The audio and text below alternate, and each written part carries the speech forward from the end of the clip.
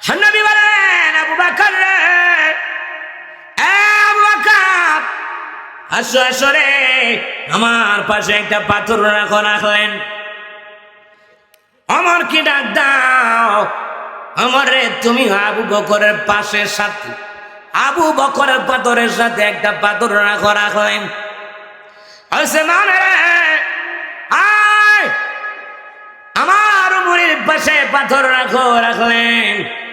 এই তিনটা পাথর রাখার কারণ কি কিতাবের মধ্যে পড়েছি।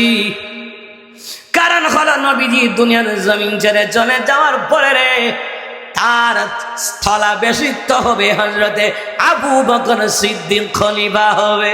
সুবহানাল্লাহ। কোন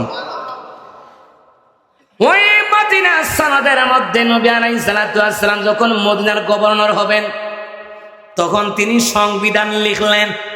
সুবহানাল্লাহ কয় না? দুনিয়ার মানুষের বানানো সংবিধান নয়, পয়গম্বর আরবি সংবিধান লিখলেন। আমার পরে আবু বকর খেলাফতের দায়িত্ব গ্রহণ করবে, রাষ্ট্র চালাবার দায়িত্ব গ্রহণ করবে। আবু বকর বোধহয় টেন্ডারবাজ, কি যুবকেরা কয় না? কি তার মোবাইল নিয়ে গেমস খেলস?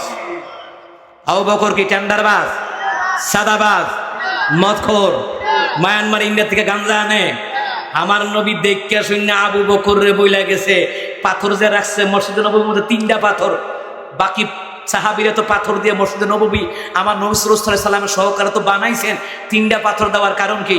নবী বললেন, ইঙ্গিত করলেন, আমার পরে আবু বকর খলিফা হবে, আবু বকর পরে ওমর খলিফা হবে, ওমরের পরে উসমান হবে। সুবহানাল্লাহ কইতেন না? রাষ্ট্র চালাবার দায়িত্ব কি সুরগুন্ডারার নাকি আল্লাহওয়ালাদের? হিন্দু মুসলমান ইমানদারের আগা যারা চোর ডাকাত সুদখোর ঘুষখোর দুর্নীতিবাজ, এরা চায় না ইসলাম ক্ষমতা যাক। ইসলাম গেলে এদের অবৈধ ব্যবসা চলবো কেমনে?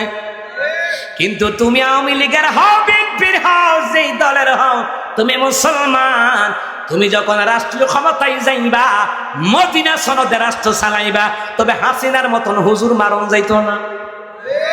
অন্য দলের হোক, মিথ্যা হামলা মামলা দিয়ে হয়রানি করা যাইতো না। কথা কয় না? হোক অন্য দলের, মিথ্যা হামলা মামলা দিতে পারবেন না। যে অপরাধী নয় তাকে অপরাধী বানানো যাবে না। আমাদের সমাজে কিছু লোক হুজুররা কি রাজনীতি, রাজনীতি করো আমরা করবো রাজনীতি। আর আল্লাহর নবী বইলা গেছে আবু বকরের মতন ব্যক্তি যারা, ওরা রাজত্ব চালাবে। কারণ দুর্নীতিবাজ রাষ্ট্র চালালে দেশের মধ্যে দুর্নীতি হবে, খুন হবে, রাহাজারি হবে, টেন্ডারবাজি হবে, কেউ মুখ খুলতে পারবে না। ও ক্ষমতাই না গিয়ে তো হুমকি দেয়।